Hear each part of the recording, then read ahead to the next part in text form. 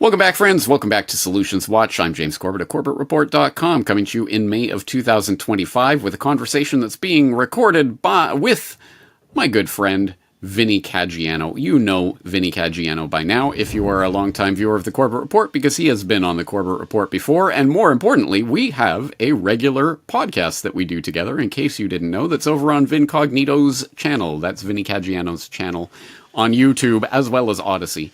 So I will direct people there if they are unfamiliar with that, the Band with Kaleidoscope Ears music podcast that we do. But for those who don't know, Vinny Caggiano, eclectic guitarist, is available at vincognito.com. He is a performer and composer. He is a trained music theorist and has a degree in music composition at Five Towns College on Long Island. He is not only a music educator, but also a guitar instructor with an emphasis on music theory and application. And boy, I can attest, as not only a friend of Vinny, but also as a student, he is someone who knows a thing or two about music, which is the subject of today's exploration. So let's bring him on. Vinny Caggiano, thank you so much for joining us today. Hi, James. Thank you so much for having me on your podcast. It's a great honor, and I'm looking forward to the talk. You probably won't be able to shut me up after a point, because I can't stop talking about music once I start talking about it. So, hey, yeah. It makes my job easier. But speaking of my job being easy, I just forgot that I was going to I should note that you are also, of course, not only a music educator, but also a performer, and you perform with a number of different bands, including the Blue Kind, and I hope people will check out their music. We'll have more to say about an interesting upcoming release from the Blue Kind towards the end of the conversation. But let's get into today's conversation, and here's the way I think to understand it. So, as people who've clicked on this already know, we're talking about the smartening up of music. What does that mean? Well, of course, I think everyone knows by now at least the idea of the dumbing down of society generally, and the dumbing down of music in particular, as the pop idiom becomes more and more trite and cliched by the year, as evidence of which I will simply cite, go to the Spotify top 10 list and go through and tell me how many key changes you find in any of the songs. These are bottom of the barrel, lowest common denominator, simple, simplified, and almost unbearable examples of the musical idiom that have been, unfortunately, the public has been trained over the course of at least a generation to expect less and less from music composers in the modern entertainment complex anyway. A phenomenon which, as I say, I'm sure everyone has noted. I'm sure everyone has seen the YouTube analyses of various YouTube figures who will go through the top 10 list and break them down and show you just how stupidly simple they are. But as we could contrast that to the music of previous generations or even previous centuries. And so, Vinny, this is where I'd like to draw on your musical expertise. Give us the lay of the land as you see it with regards to this dumbing down of musical language and what the opposite of that sounds like. All right. Well, clearly, visually, you can tell that I'm what they call a boomer, but actually, that's the generalized category I'm in. The more specific category is Generation Jones, which was kind of broke off from the hippies, and we started to gain our own identity, which they never gave us, my generation, a name, but I felt like we were a different generation. But anyway, I was too young to become a hippie, but old enough to figure what the hell was going on out in the world, just watching TV and watching what was going on with not just the social, revolution and all this that was happening, but also the effect of music and how big music was at that point. Like, it was like that generation found themselves through their music in a way. One thing I like to say about music, it's like the fireplace. It's where the people go together to warm themselves. When you're in a house and it's cold, everybody's going to gather by the fireplace, and music lights that kind of flame in a sense. It kind of warms up atmospheres. For example, I play in a little courtyard down there outdoors on Westminster Avenue here in Venice, and I constantly get people saying to me, "Wow, you created a whole vibe here. It's really nice," and that's one of my favorite compliments to get playing out there. I do like being called a wizard and stuff like that, but aside from that, who doesn't like that? yeah. But yeah, there was the rock and roll revolution. I mean, you could say the seeds of it started in the 50s with Chuck Berry and Elvis and people like this. But then it began to like almost organically begin to evolve on its own. And it reached a peak by the late 60s. It's funny how the Beatles were there at the beginning and the end for all that. But we're not doing a Beatles podcast, so I won't go into that. Not today. Yeah, watch me on that one, James, because I just may bring up a whole bunch of Beatles. Yeah, but it clued me into the power of music as a means of bringing people together. And I mean, you know me and I know you, and I lean toward the more conspiratorial side, thinking that music is purposely dumbed down these days. But whether it's purposely done or just, greed that's making this happen, it's happening. And to me, it's just a nightmare to watch and listen to. I believe in a certain level of sophistication when it comes to playing music, even if it's rock and roll. There is a certain level of sophistication to the way it was put together over time throughout the 60s, and then you go into the 70s and boom, this whole bouquet of music blossoms. So right. I feel like I should underline what you just said there, because I know there'd be people in the audience who didn't catch our previous conversation, like on everything I know about conspiracies I learned from the Beatles or whatever title I gave to that. People might not understand. No, we are both conspiracy realists. We both understand that there is conspiracy, and that, yes, we're certainly open to the possibility that the Beatles, as well as other music of that time frame, was directed for specific social purposes. But at the very least, that music was musically interesting and involved key changes and other such things that have basically fallen to the wayside. So I guess the question then is, what purpose would the dumbing down of music have for people who are interested in more easily controlling the public? Well, for one thing, just from the social level, right? I'm not talking about the neurological level, just the social level. As I mentioned, music has a way of bringing people together like a fireplace, right? And when we notice the divisiveness in our society, like never before have I seen anything this divisive. It came close in 1968. There was kind of insanity there too.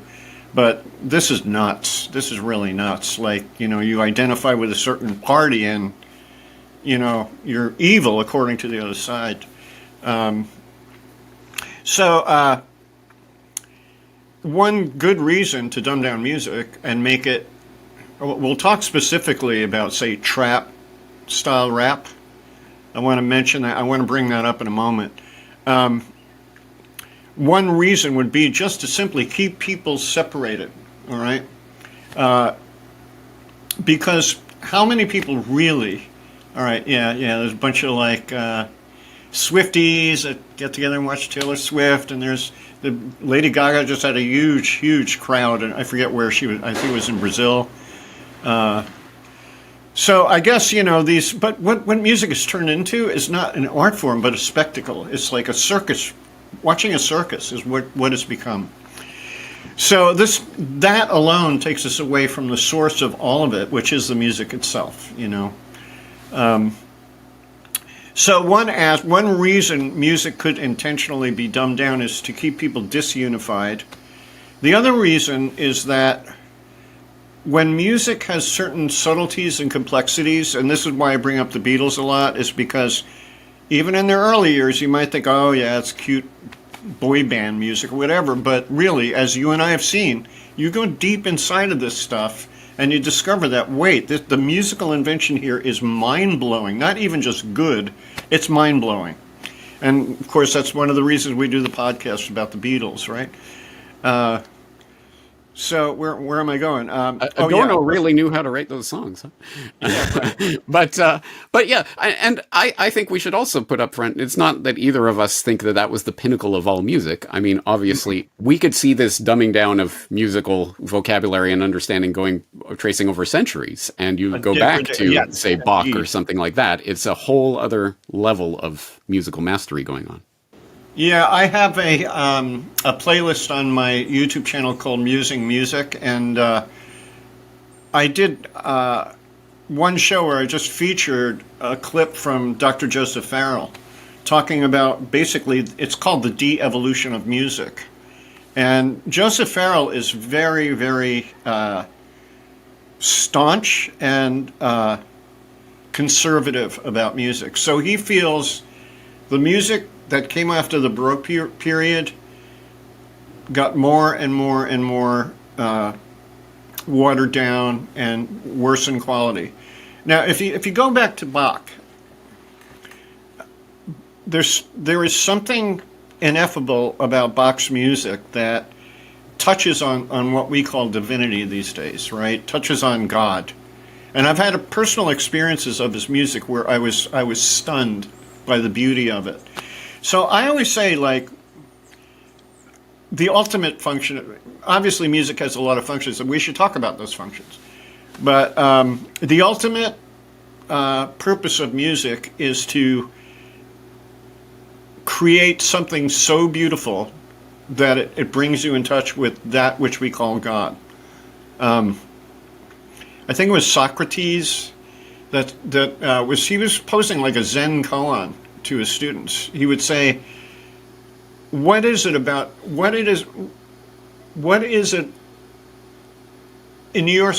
within yourself that recognizes a rose is beautiful? And if you try to think about what that is, right? But he's pointing to what some of the say non-dual spiritual teachers talk about, the true essence of self is undefinable. And that's what experiencing beauty through music can do. I'm insulted by a lot of music that I hear today because it's an insult to my intelligence, basically. So what Farrell thinks, and this is the opposite of, say, John Lennon's philosophy, total opposite of John Lennon's philosophy. Joseph Farrell believed that someone like Bach literally touched divinity in his music. And the more personalized music got, like when you get to Mozart, he had more of his personal touch in it. Then you get to Beethoven, he was like the first romantic composer, and this is purely personal music. This is me, this is what I feel, right? So we move from this, objective experience of music to a more and more subjective experience. I bring up John Lennon because he believed that true art is about yourself. The only thing you could talk about it is yourself in true art. And in a way, I get that. I'm not putting John down for having said that. I get that, I see both sides of that as a spectrum, and I think there are points to be made on either side of it. But I think the general point that music can either be that thing that connects us to that ineffable sense of the divine and our true innermost self and the real meaning of beauty is clearly not what is happening in the commodified bubblegum pop that's being shoved down the public's throats at an increasing rate. Indeed. I have to, and people are going to get mad at me for saying this because I was very conservative. The very first time I started hearing hip hop, I was like, this is not going to a good place. From the very first, when I heard rap, I thought, like, okay, there goes melody, because they're talking through the music. And if there's a melody, it's somewhere in the background, right? What has devolved into, imagine rap devolving from where it was in the 80s. But I can listen to 90s rap and dig it now, I didn't like it then, but I could go, wow, I like this, Now, not only is melody removed from music, but rhythm is moved from outside of music. When you listen to the bass drums now in modern trap, it'll just go bump, bump, bump. There's no, and to me, rhythm is motivation, it's impulse, You listen to music, you want to move your body. They're taking the dance out of music, all right? That's one of the big things that, like, I started this band a while ago. You heard me mention the Venice Roasters, and it was kind of a joke. It was a joke band. We were doing gypsy jazz style versions of classic rock tunes. So I just happen to have a guitar here. So a song like Hotel California, right? We do it like...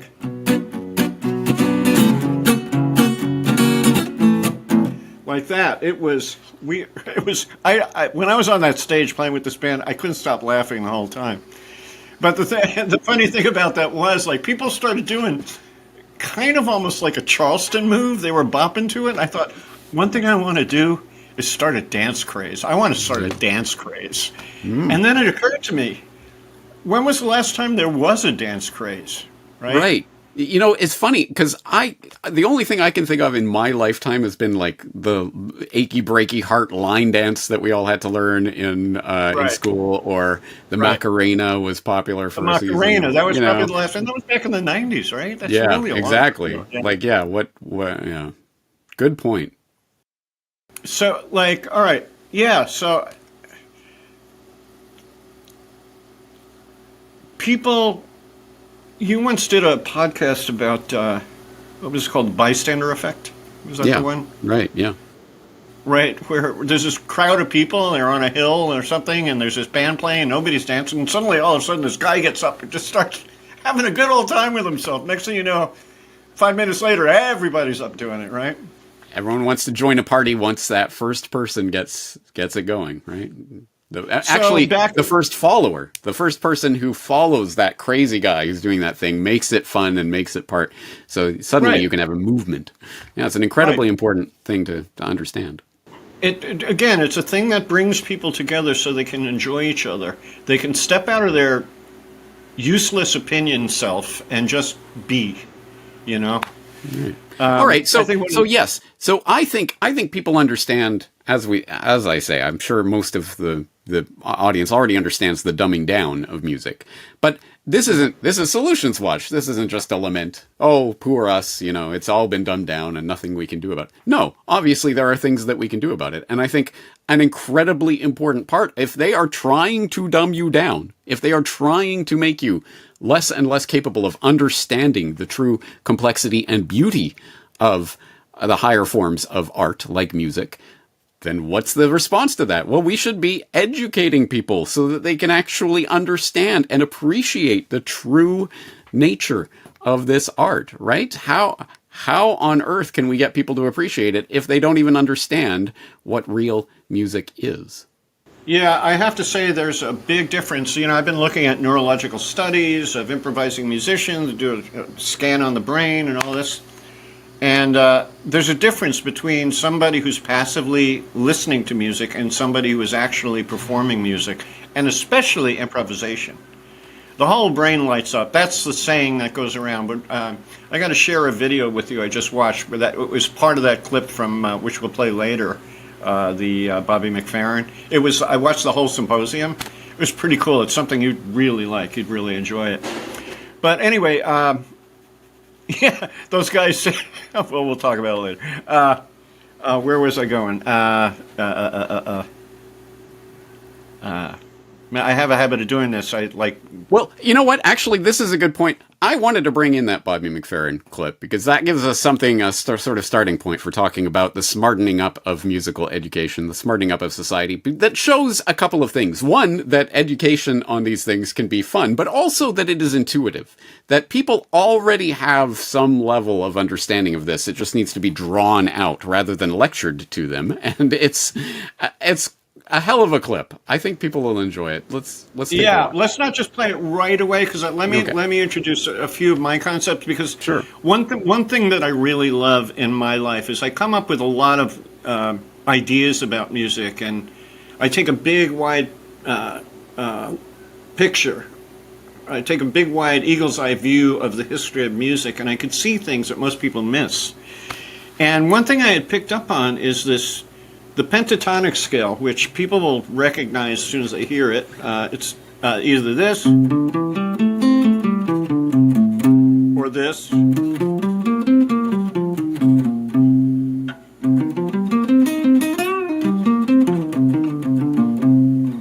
right? So that's the pentatonic scale. One thing I discovered, I was looking at the world's cultures, and I'm going, there's not a culture on the planet that doesn't use the pentatonic scale in one form or the other. And I found that to be really interesting. I see music as not just something humans invented. We organize the elements of music, but music, the way I like to think of it is music is embedded into all physical things on our planet and possibly our solar system. So you blow into a conch shell, you move the conch shell around, you'll get at least a chord, 3 notes. And if you really get good at it, you can get all 7 notes of the scale, do, re, mi, fa, sol, la, ti, do. You could take a bunch of logs and cut them at certain lengths and bang on them, and you could get a do, re, mi scale. So there's 7 notes to the do, re, mi scale. The Hindus say we have 7 chakra points, right? I believe that each one of those stands for one of the 7 musical notes. That's my belief. So I believe that music is embedded into everything, and I call music the hidden mathematics of nature. You know what? Okay, let me interject with something that you pointed out to me in one of our lessons. Here's a mind-blowing little factoid. So the 7 notes of the diatonic scale, oh, everyone knows that, but there's 12 notes within an octave. That's how we divide up the octave into the 12 notes in the Western music system. And what are the other 5 notes of those 7 notes in the octave? It's a pentatonic scale. It falls out of that. So there's all sorts of weird and interesting mathematical, geometrical relationships that exist and are buried deep within the literal mathematics of music that you don't have to be a mathematician to appreciate, but that are interesting and mind-blowing. And something that you always point out in our lessons that is very interesting to me is that, yes, music is definitely geometrical in various ways, and there are always these interesting relationships that you can discover, but it is almost never symmetrical. It's never just perfectly balanced symmetry. It's always, there's a sort of a weird relationship that exists between them, and finding the weirdness of those relationships is, at least for me, part of the joy of exploring music theory. Yeah, the asymmetry, it reminds me of that, like the old Persian carpet weavers would weave a flaw into the carpets because nothing in this world is perfect, really, and that's what they're saying. And one thing I do want to bring up about the, let's go ahead and play the Bobby McFerrin, but one thing I want to bring out before we play this, it's an awesome clip. Your viewers will love it. It's really wonderful. Is that when we talk about music theory, right, people assume that it's all an intellectual phenomenon and it's very thinky, and it is. I mean, it can be very, very deep. And I've had students look at me, I'm explaining something, they go into like this kind of, like, please stop talking, Vinny. But there, on the other hand, like you could take, another Beatle, but you could take up Paul McCartney, right? And Paul had this natural instinct for music theory that he didn't outwardly know or talk much about, but it showed in his music. So there's a way music theory can be intuitive, which means, again, it's kind of embedded. And one more point I want to make is that human beings are wired up. The brain is wired up to play music. All right. Now I saw something contrary to that in this video I recently watched with these neurologists, but I was told by a student who was reading this MIT magazine that brain scientists discovered that part of our brain which is responsible for processing musical sound was there in the brain from the beginning, from the inception of the human being, right?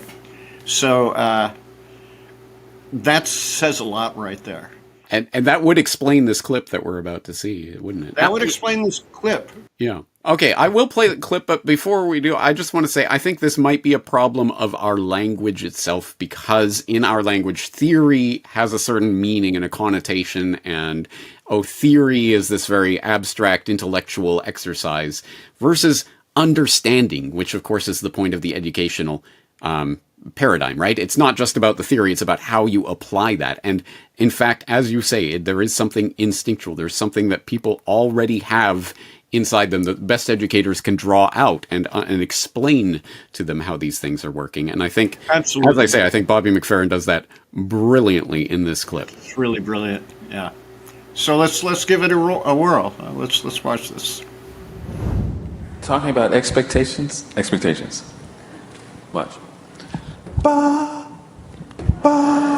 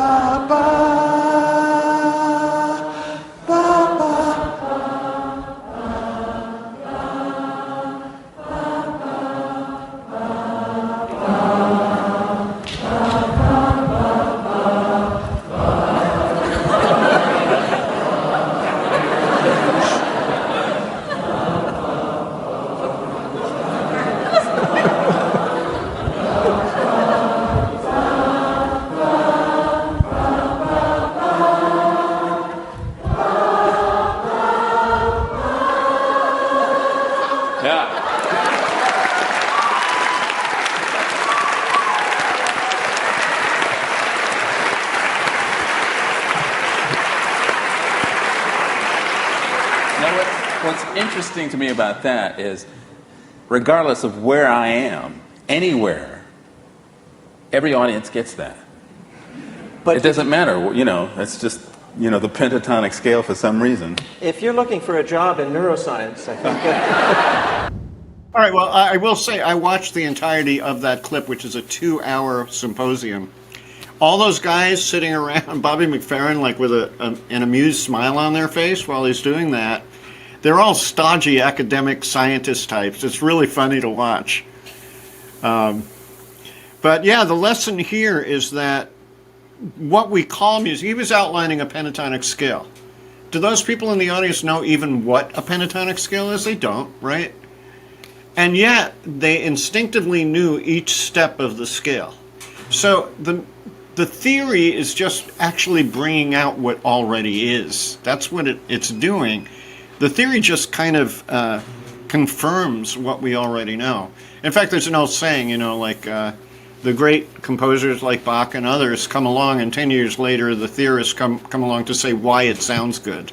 And that's the truth. That's or like the Beatles, who knew nothing about music theory, but were able to pioneer sounds and ideas without knowing what they were doing in the intellectual sense. They knew it in the understanding sense and the ability to produce and compose. Now, one thing I will say, though, is not everyone has access to that inner intuition about music and how it works.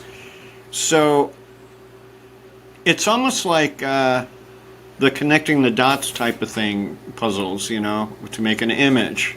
My job is to connect those dots so the person, it comes to life, that the understanding comes to life. But here's the ultimate deal. What you were saying about theory is true earlier, that yes, it seems as if it's abstraction, but the point of the music theory is to make it immediately practical on the instrument you're learning to play.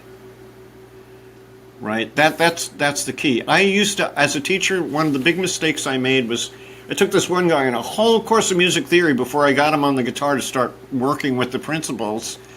He had forgotten the first basic steps by the time we got there. It was like 2 years before we actually... And now what I do is, James, I have to tell you, I am a dedicated teacher. I think you know that. Like, I really love to see my students progress. And I'm really proud of you, man. Like, you became a composer. You got your own band now. Like, that makes a teacher happy, you know? So, if I was going to go somewhere, I totally forgot where I was going. Well, let's talk about what is involved in this educational experience. As you say, it's about drawing out certain intuitions and understandings that may already exist, but hopefully also tempering them with knowledge about what is happening. There is some objective reality to this. As we say, it is mathematical, it is geometric, there are certain things that underlie it, but then there are certain things that are culturally put on top, etc., and we have to navigate and understand all of that. But once we do, what is the point of musical education? I guess there are a number of ways that we can analyze that, but should we bring in the triangle of musical excellence here? Before we do, I want to talk about what I call total immersion. There are guys who play music and there are musicians, okay? To me, the definition of musician is somebody who's completely immersed in all elements of music itself, which would mean the theory on one side, the actual physical skill to do it, the muscle memory and stuff like that, and the ability to express yourself. Those three important points.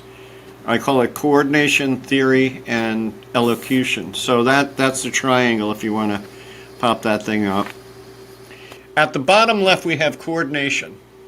That's the physical skill to be able to do something. That's like, for example, the ability to strum, basic.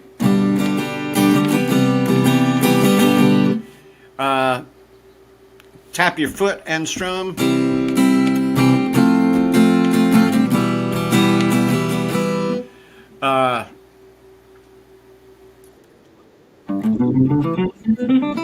Scales, yeah.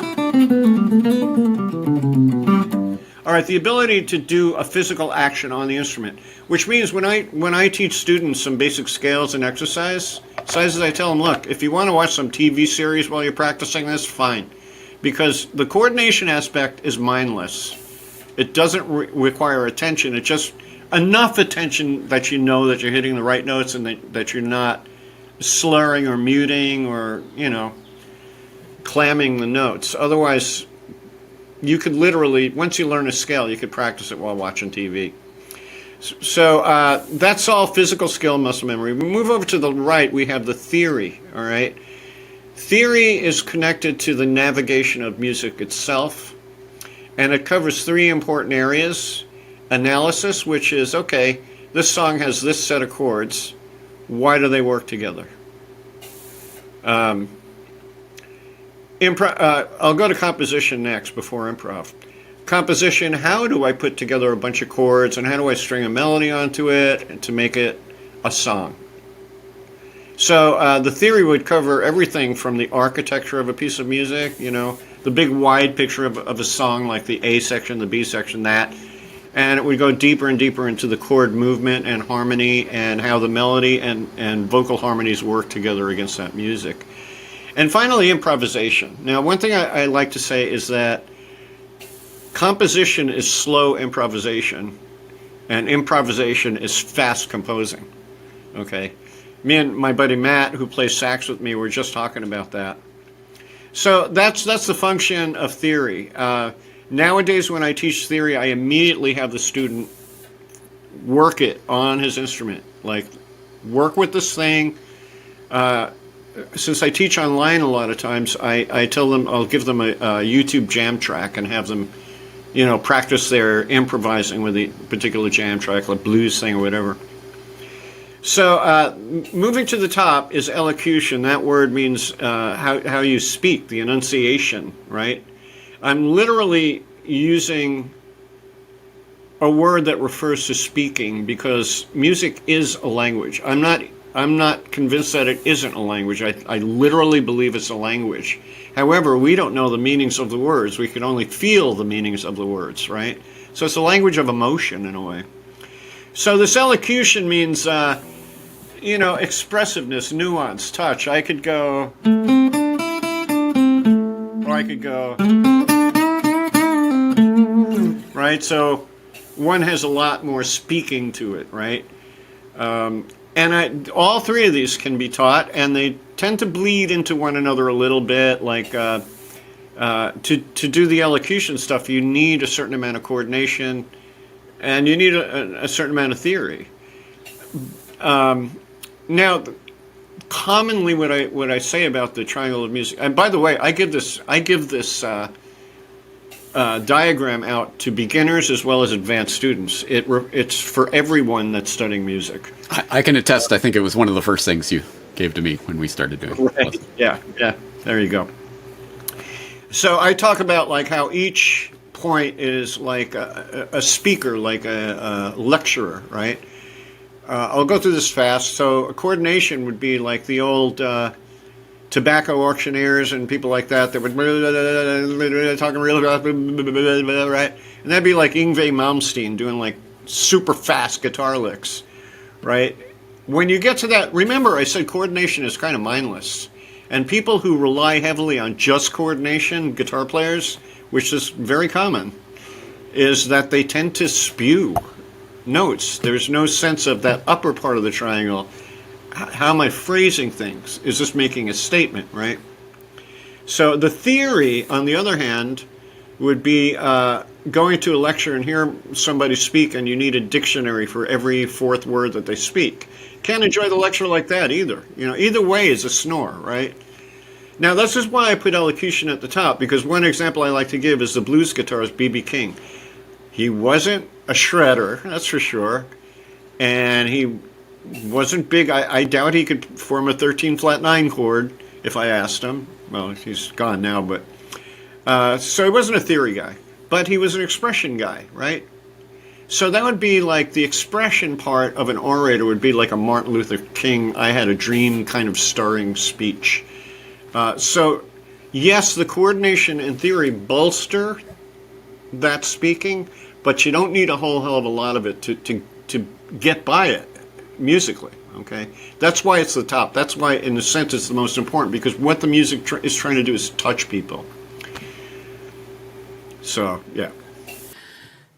All right. This is the point. You're trying to move up into that space where you can combine coordination and theory into your own articulated phrasing and make an expression, because presumably most people who have some sort of artistic interest are trying to express some sort of thought or inner emotion or state or whatever it is.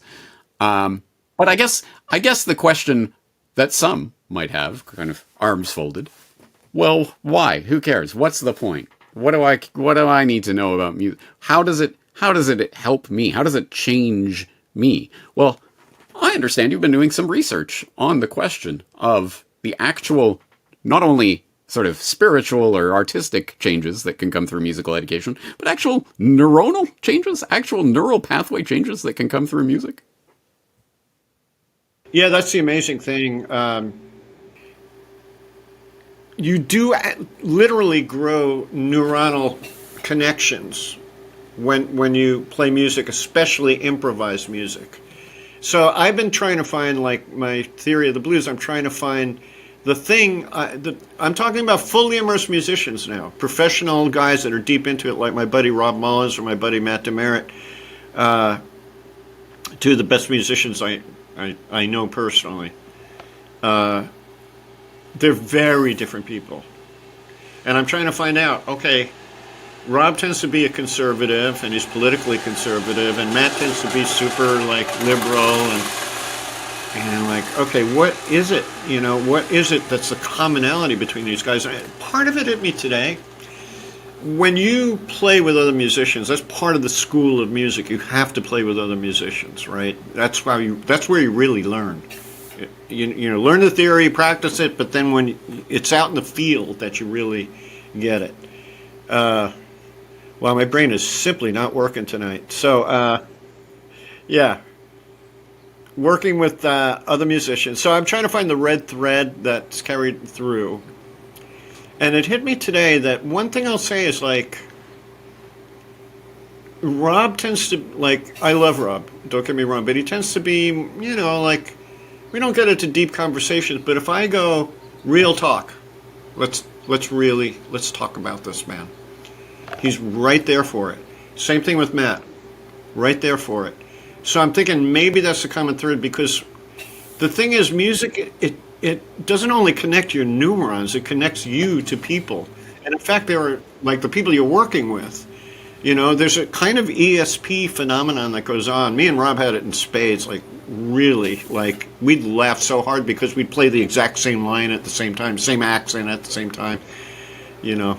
When you see a band that's really clicking, that's really together, you can see in real time as they just decide to take the song a certain way or end at a certain point that they didn't even necessarily agree on beforehand, but they just know when it's coming. And yes, when that synchronization happens, there's clearly something happening that, again, is part of the connection that I think they, them, those are deliberately trying to break with their dumbing down of musical understanding. And you provided a list here that I thought was very interesting about some of the specific associations that are created through musical understanding and education. Enhanced neural connectivity, as we talked about. Improvisation activates and strengthens connections between brain regions, particularly the prefrontal cortex, involved in planning and decision making, the motor cortex for movement, and the auditory cortex for processing sound. Studies such as those using fMRI show increased functional connectivity in the default mode network and executive control network, fostering creative integration. But beyond that, boosted creativity.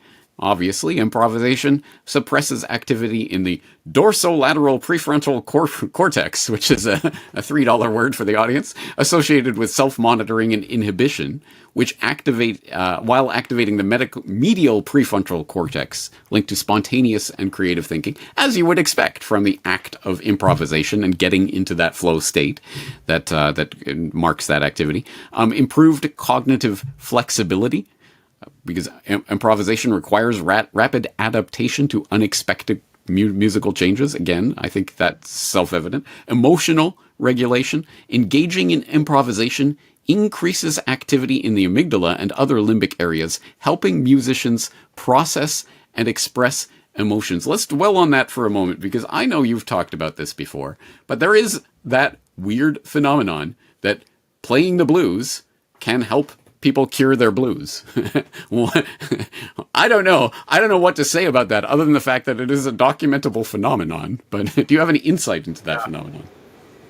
Yeah, the blues. Well, I could talk about blues forever. I adore the blues and what it's done. And I'm pissed off at academia that they don't take it as seriously, very seriously. They should take the blues. The thing about the blues, if I could demonstrate sonically, you know, first of all, there are three types of chord in the classical sense, 5 in the jazz sense, but we'll just say the classical sense. There's a major chord, there's a minor chord, and there's a 7th chord. Right? Thing about the blues is I consider it like a gumbo, because the phenomenon of blues I won't go into the theory, but trust me, I can prove all this. The blues blends musical elements into one gumbo. Okay, so if you were to take the major aspect, the minor aspect, and the dominant 7th aspect, and put them all together, you get this. That, to me, that's C7 sharp 9. That is what I call the ultimate blues harmony chord. All of blues is encapsulated right in there. So why are we talking about blues? I forget. As in the emotional aspect of this, emotional regulation, processing and understanding and tempering even emotions through music. Yeah, it's not just blues itself, but blues is so great because it really does do that. You could be feeling like crap and you just play blues to express your... Yeah.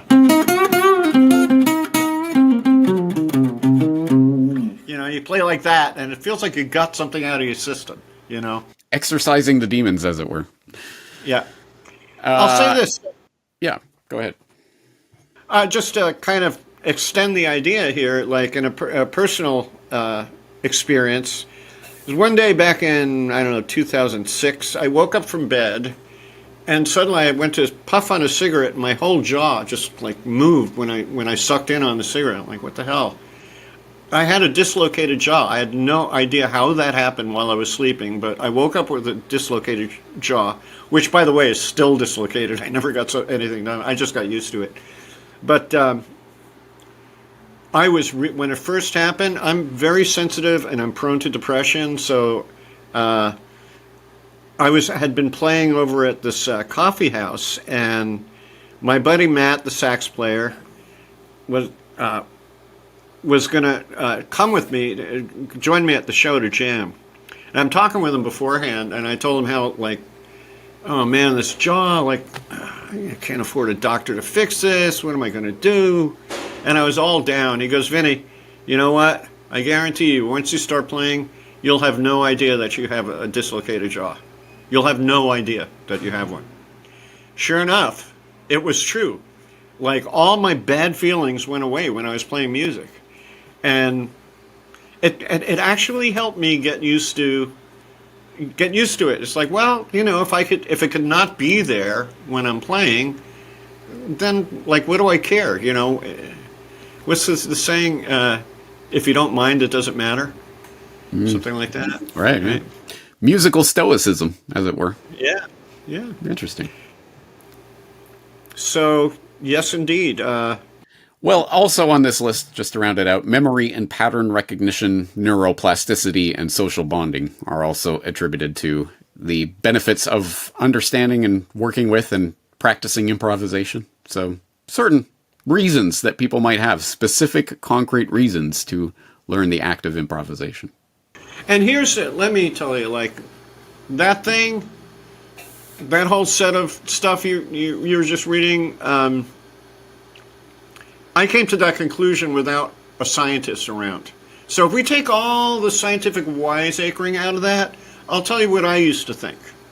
When you play music, you're accessing the languaging part of your brain because you are literally making phrases. You're making a phrase as if you just said something, right? So music speaks. You're accessing the kinesthetic part of your body and the spatial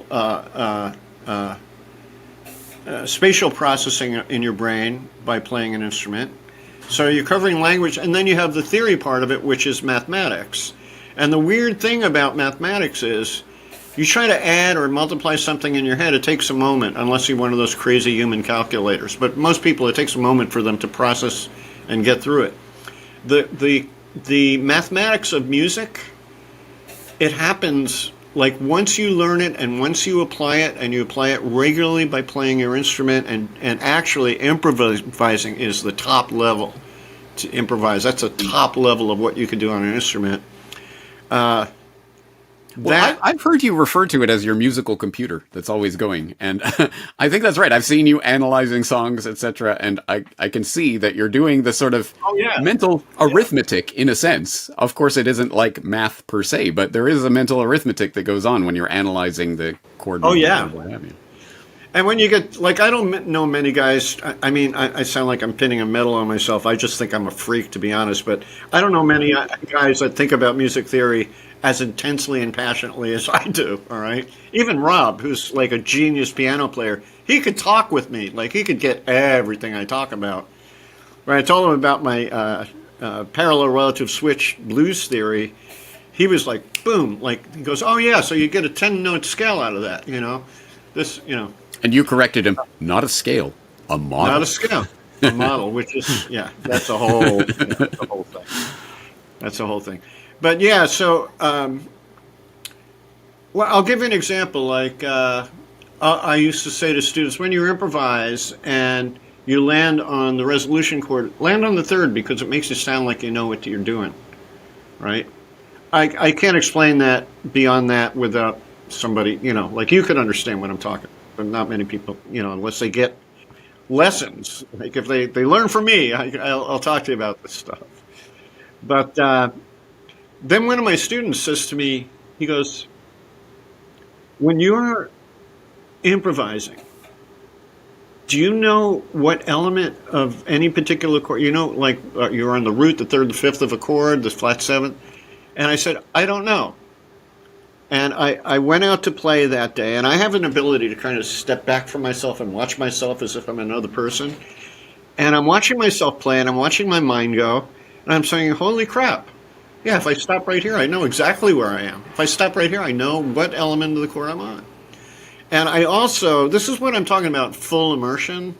Like, I also developed a good ear. And you know that, James. Like, you'll play a piece of music for me, and you'll say, okay, Vin, what's going on here? Right? I had my Wednesday night student, Frank. I love this guy. One day he comes over with this heavy metal bit, right? And he said, Vinny, listen to this. Can you tell me what's going on? And I'm like, okay, yeah, it's going to the flatted sixth, going there. I'm just listening to the thing. And then I played it right after. And he just laughs and claps his hand. He goes, man, I tell you what, I only brought that up because I wanted to see you using your ears to figure this out. Yeah. I think I have yet to stump you with anything. Yeah, there's nothing that your musical computer can't handle. You did with, what was it, the female musicians? Right. That was just a hypothesis, but I think you disproved it. But maybe Klingon music theory. We did get into that last week. That was a bit out of left field. Yeah. Okay, well, the powers that be must be listening because I saw that one come up on my YouTube thing. Like, Klingon music theory is so weird. Okay, Star Trek nerd. Yeah, it gets odd.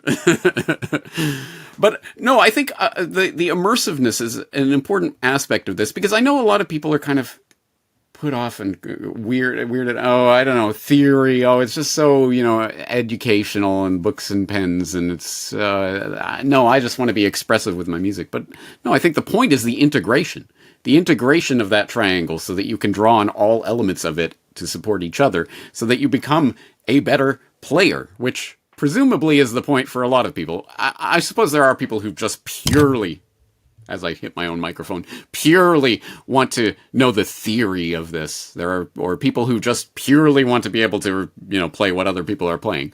But I imagine most people want it because, at the very least, to be able to express themselves, or, if not that, to better understand the expression that other people are making. Because as you say, this is a language which encapsulates that idea. Yes, there are objective mathematical geometrical aspects to music, and there are the completely personal, completely subjective aspects, but it's the integration of those into the intersubjectivity of this musical language which requires communication.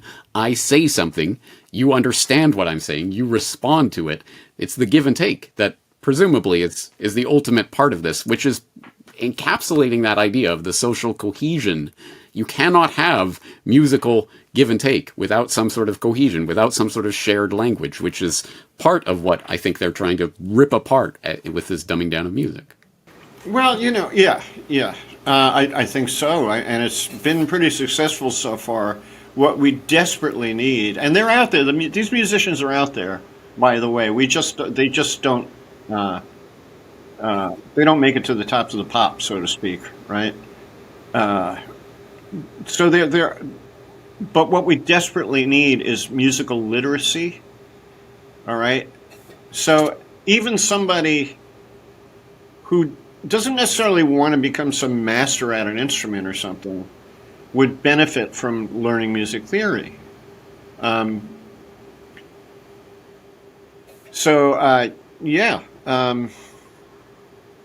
What else was I going to share in and understand that communication, to be part of that conversation, to understand what is happening. Yes. And then, some will be inclined to contribute to that conversation. Others just want to appreciate it. But either way, I think there is that lifting of the soul that comes from this. Well, that's the reason for somebody to try to learn an instrument anyway, is to get what it must be like for an advanced musician to realize the effort.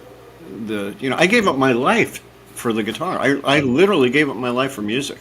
I don't have a family that I live with, or I'm a lone guy, and I attribute that to like just giving it all to the goddess of music, and what may come, and it did. It came. This is my life. I'm not going to complain about it. I mean, you've heard me complain about circumstances I'm in, but I'll tell you what, James, I wouldn't change a thing. If I would had you to rather leave- have been an office worker, a successful Wall Street right. broker, or something like no? all those perks, man. The gym, and Yeah, no. But you know what? That even brings up another thing that I took guitar lessons back when I was 17, 18, way back in the day, until, we had to start learning scales, and I was like, too much work. But my previous guitar teacher told me about, he had this one CEO who liked to come in and take lessons, and he was absolutely terrible. He could barely, strum a chord. But he liked it precisely because of that, because it humbled him in a way that he was, the boss and in control of all these situations. Everyone just yes-manned him. But when he went into that room, he knew he was just absolutely pathetic, and he was completely at the mercy of his teacher, and he enjoyed that experience. So there's a weird, but another reason someone might want to be interested in taking lessons. I had that experience, actually. I got a call from this guy. He scared me on the phone. Like, he sounded like somebody who was used to ordering people around and sounded like a boss, right? And he said to me, I want guitar lessons for my sons. He goes, but tell me about your background, and I want to know. He starts grilling me, And I said, look, I've been teaching since I'm 20 years old. I know what I'm doing, He went ahead and hired me, but he was very skeptical, and this is the first time I ever saw this. This happened later on, but this is the first time I experienced this, where I'm teaching the two boys, and he's standing there watching me teach, like this. And by the way, when I met the guy, he was scary. Like, he was built like a bulldog, had steely blue eyes, and he lived in a rich neighborhood, so I knew he was like some bigwig in business or whatever. By the end of the lesson, he comes over and he goes, you know what, Vinny? He goes, maybe you can like give a half-hour lesson to the boys, and I'll take the other half hour, and you could teach me. And after a while, it just became him. The boys moved on. He stayed with me, and I swear to God, it was almost like a BDSM relationship. He was like this to me. Like, it was really funny. It was really funny. Like, to him, and to be honest with you, it increased my own self-esteem, because here I am driving into his neighborhood with this Mr. Magoo beat-up junker car in this fancy, beautiful, polished, shiny neighborhood, embarrassed that I even have to pull up in this thing. And I walk in there, and I have all this respect, like, oh, Vinny is like, yeah, So, by the way, I do want to mention something about teaching. I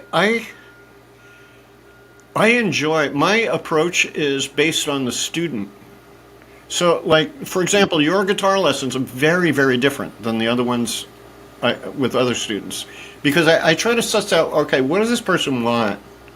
And like a good host, I'll give them what they want. And if I feel that they're lacking in something, I'll say, hey, you know what? You might want to check this out, or you might want to do this. Like in your case, James, it would be practicing. No. You don't need that. But I realize this now. Like all of my students, it's a very different experience, each one. Like I don't have one kind of way of teaching. And if I need to have one way of teaching, I certainly could do it. I have a whole curriculum, But I'll tell you what, man, what you said,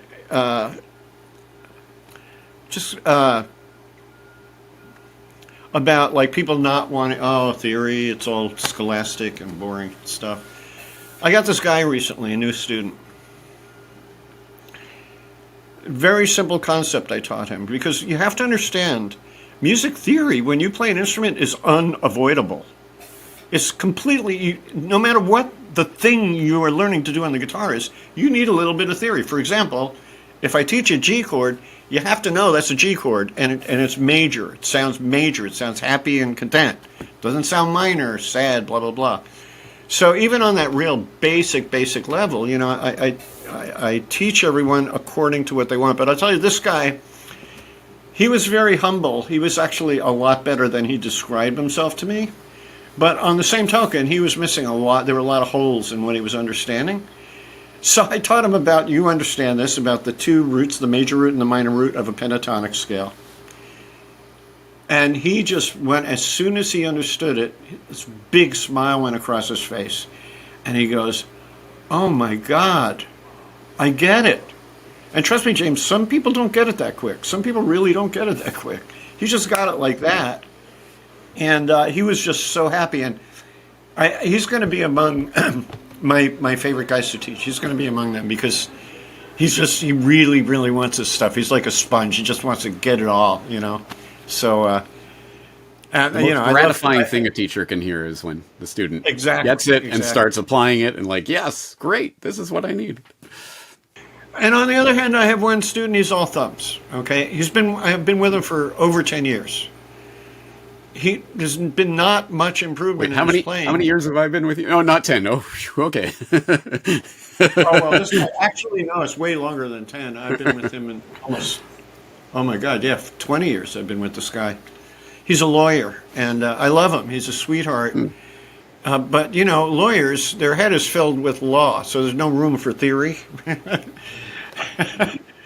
And one day I taught him some theory about the triads, and it was the first time I ever saw him like this. He would really he was learning something, and he got it, and he knew how to do it, work with the triads. So that was great. But the thing is, he wants to, Vinny, teach me this song. Vinny, play chords so I can improvise my pentatonic skill. And we do all that, you know, and that's all it's ever been, you know. But the thing is, he's my student, all right? I care about him. I want to give him exactly what makes him feel good in his process. Every person goes, it depends what you go into it for is what you're going to get out of it, right? And exactly. Yeah. I'm sure a lot of teenage boys pick up the guitar because they want to get girls, but maybe they can develop a deeper understanding of music in the process. I did when I was a kid. My older sister, you know, she brought her friends over to watch Ed Sullivan when the Beatles were on the first time. And these teenage girls are just screaming. I'm about 8, 9 years, 10 years old. I'm like, holy cow, if playing guitar does that to women, I definitely want to. And it's funny because that is exactly what John Lennon says about when he went to the movie theater to watch Elvis, and the girls are going crazy, and he's like, "Oh, that seems like a good idea." The movie The Last Waltz, Levon Helm, the drummer, I think of the band, interview asked him, "Why do you do it?" The girls. Right? Yeah, but why are girls attracted to music? Well, there you go. Then it gets back into the spiritual and the social bonding and the human experience of all of this. Yeah, I think a lot of it is you know, they understand people that aren't musicians, it's no accident musician sounds like magician, musician. But I think they get a sense of the kind of dedication and passion it takes to master an instrument, and they respect that. It's, you know, that's women want men with power. This guy has this power. He conquered music, right? And I have to tell you, James, it's way past my thing at this point to have a girlfriend or whatever. You know, I'm going to remain single, I'm sure of it. But I'll tell you what, man, this cute little girl, she was with 4 or 5 other girls in their early 20s, comes over and drops a tip in my jar and then blows a kiss at me. I was just so happy. Just that alone was just great, you know. The best kind of tip for the musician. All right. All right. May I Oh, go ahead. Are we running out of... No. Oh, I wanted to bring up something. The thing is, I don't think people realize just how much magic there is in music, and probably not many people have researched cymatics. Cymatics. Cymatics. This was a guy named by the name of Hans Jenny, discovered by putting fine silicon sand on a glass plate, put a speaker under it, and played a note. The sand, you know the story, the sand began to shake, and it formed like a mandala type of image. Then he raised the pitch, it starts shaking again, forms a different mandala image, and on and on and on it goes. So now this also happens in water, all right? Water reacts. So when you think about it, harmony, that which is beautiful, okay? Beautiful, lovely music. Our bodies are what's the percent of water? 70% water or something like that? So they say. So, it makes me wonder, like I commented the other day, how, like, for some reason, orchestra conductors live to, like, really old age and are very spry and everything. And I don't think it has to do with this, is great exercise, I think it has to do with the vibration of the music coming into that person. It somehow changes that the water part of us in a positive way, So we could start exploring the 420 conspiracy or 440 conspiracy, not 420. That's a different conspiracy. 440 hertz and all of that, yeah. And 432. Yeah, whether. Well, you know what? I was skeptical, and then I was not skeptical. Now I'm kind of leaning toward it. There may be some truth in it because, not because the Rockefellers were trying to change the thing or anything. Which I don't know. Maybe I don't know, but. That it has to. One great mathematician I watch, he's really fun to watch, believe it or not, even though he's a mathematician. He does like vortex math, which is like unbelievable cool stuff, where you turn it into a visual image as mathematical relationships, and then you go, oh my God, And then you begin to see it everywhere. You see it in flowers, and you see the phi ratio in nature, So it turns out that this guy, I have to find it again. I don't know the exact math, but he believes in 432, and he said it's because of the exact mathematical relationships that the harmonics produce that follow the phi ratio that you can't get from 440 or some. It's some nerdy stuff that Fascinating exploration, but I guarantee there are two types of people in the audience. People who understand what we're talking about right now, and people who have no clue what any of this 440 or 432 stuff means, which means they probably need some musical education. They need to understand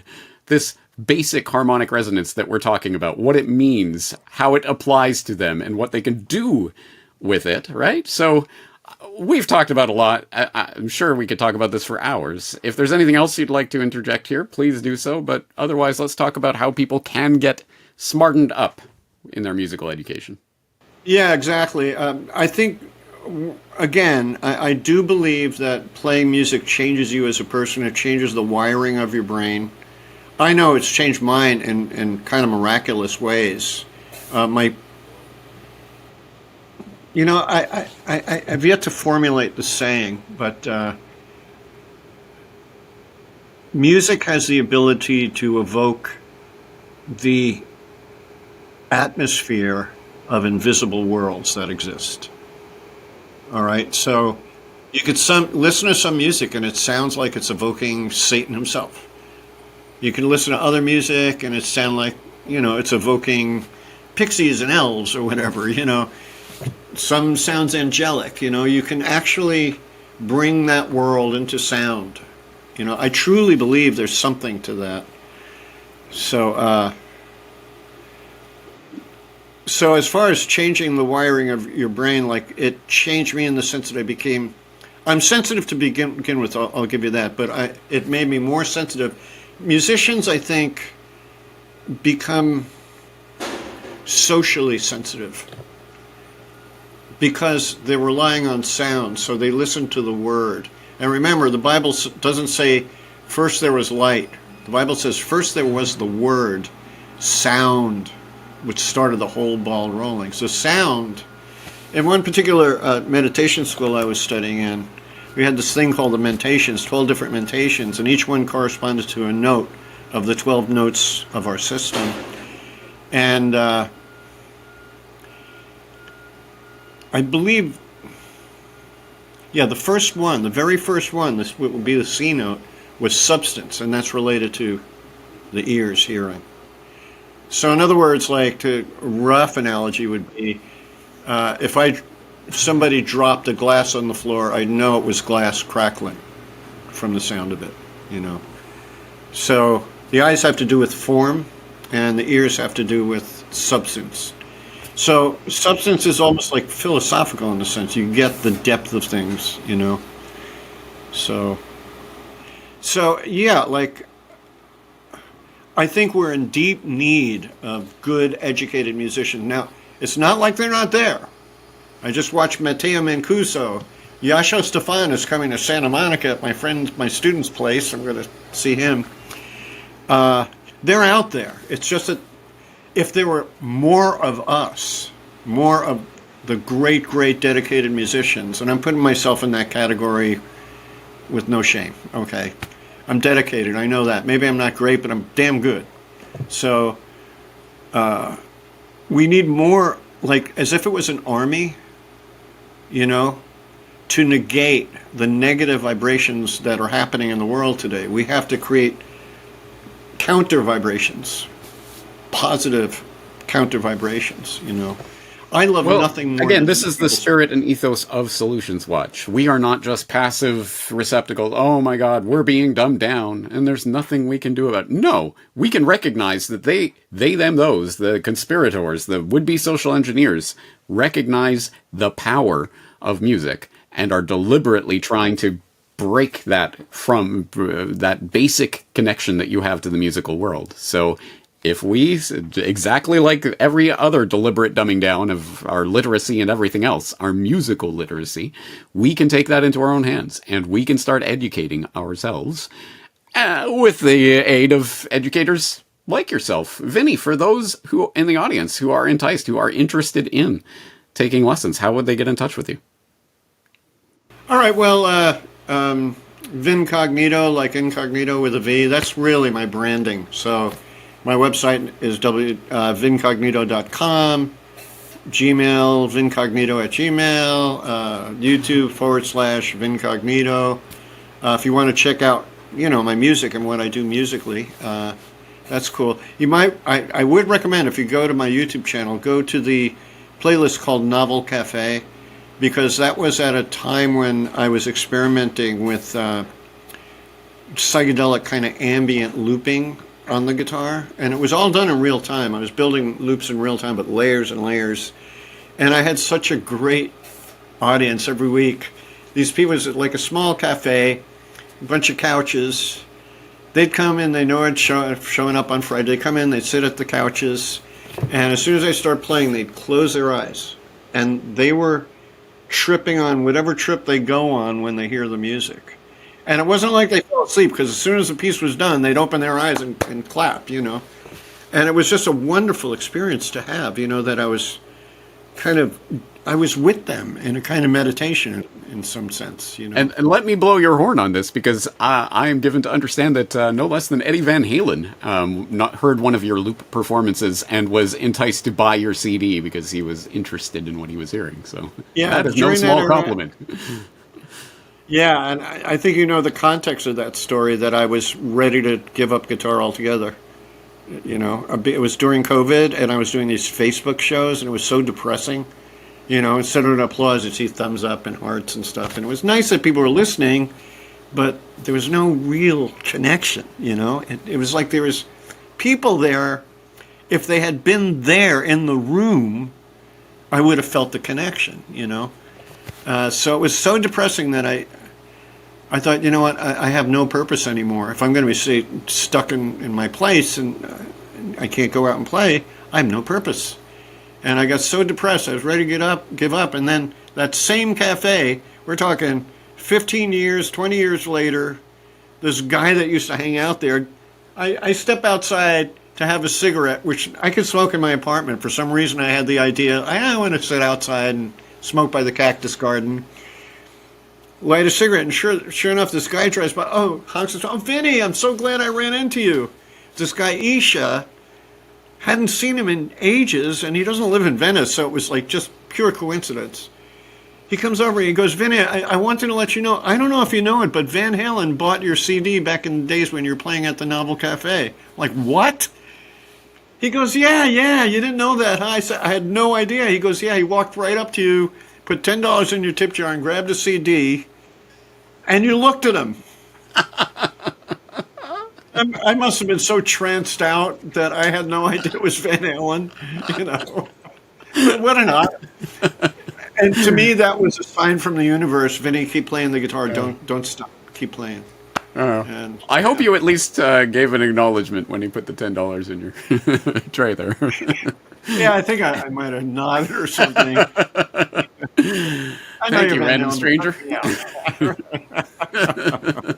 I think it's really ironic because I spent the whole 90s trying to become like a shredder, and I couldn't do it. I'm just not a shredder guy. And here comes this shredder. Yeah. My CD. So, there you go.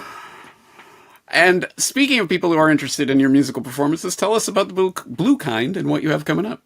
Oh, thanks for bringing that up. Yeah, I just met with the guys yesterday. We had our first composing session, which was awesome in ages.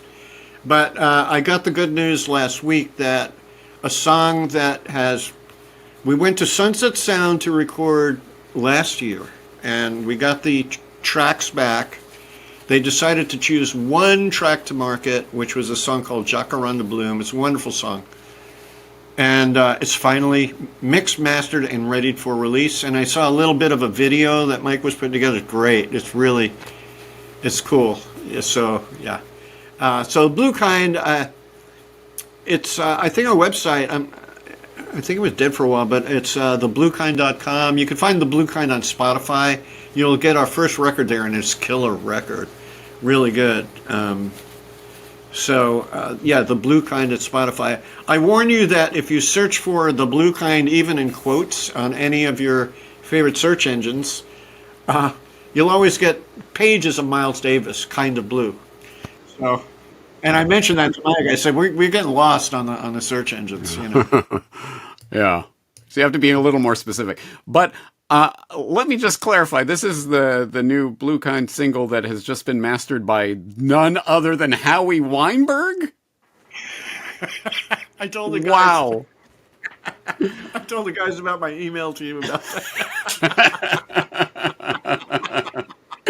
Now we have lost 99.99999% of the audience, but the 0.001 that understands the connection between Howie Weinberg and the shirt I'm wearing and the Blue Kind, man, you'll really appreciate that. Oh, come on, tell them who Howie is. A master. I don't know how to describe it. A mastering engineer. A mastering engineer. Who is, as you point out, the unsung hero of audio production, but someone who deserves to be sung. And anyway, I'd never heard of this guy, but you sent me the link to his site, and when I looked into it, it's like, oh, this is like every band that I listened to in my youth. And oh, he mastered the best album of each of these bands. It's truly amazing. Yeah, and by the way, I heard the master finally yesterday for the first time, and you know what? It sounds awesome. And not only that, but he did two masters. One was on digital gear, and one was on purely analog gear, like tube compressors and stuff. Which did you prefer? Well, we decided that there's a very slight difference between the two. But I would say the digital version has a little more pop to it and wider berth than the analog. Which I'm not surprised. Analog is a little more subdued, you know. So. All right. Well, James, thanks for having me on, man. It's really great. It's a real honor, and it's fun to be here.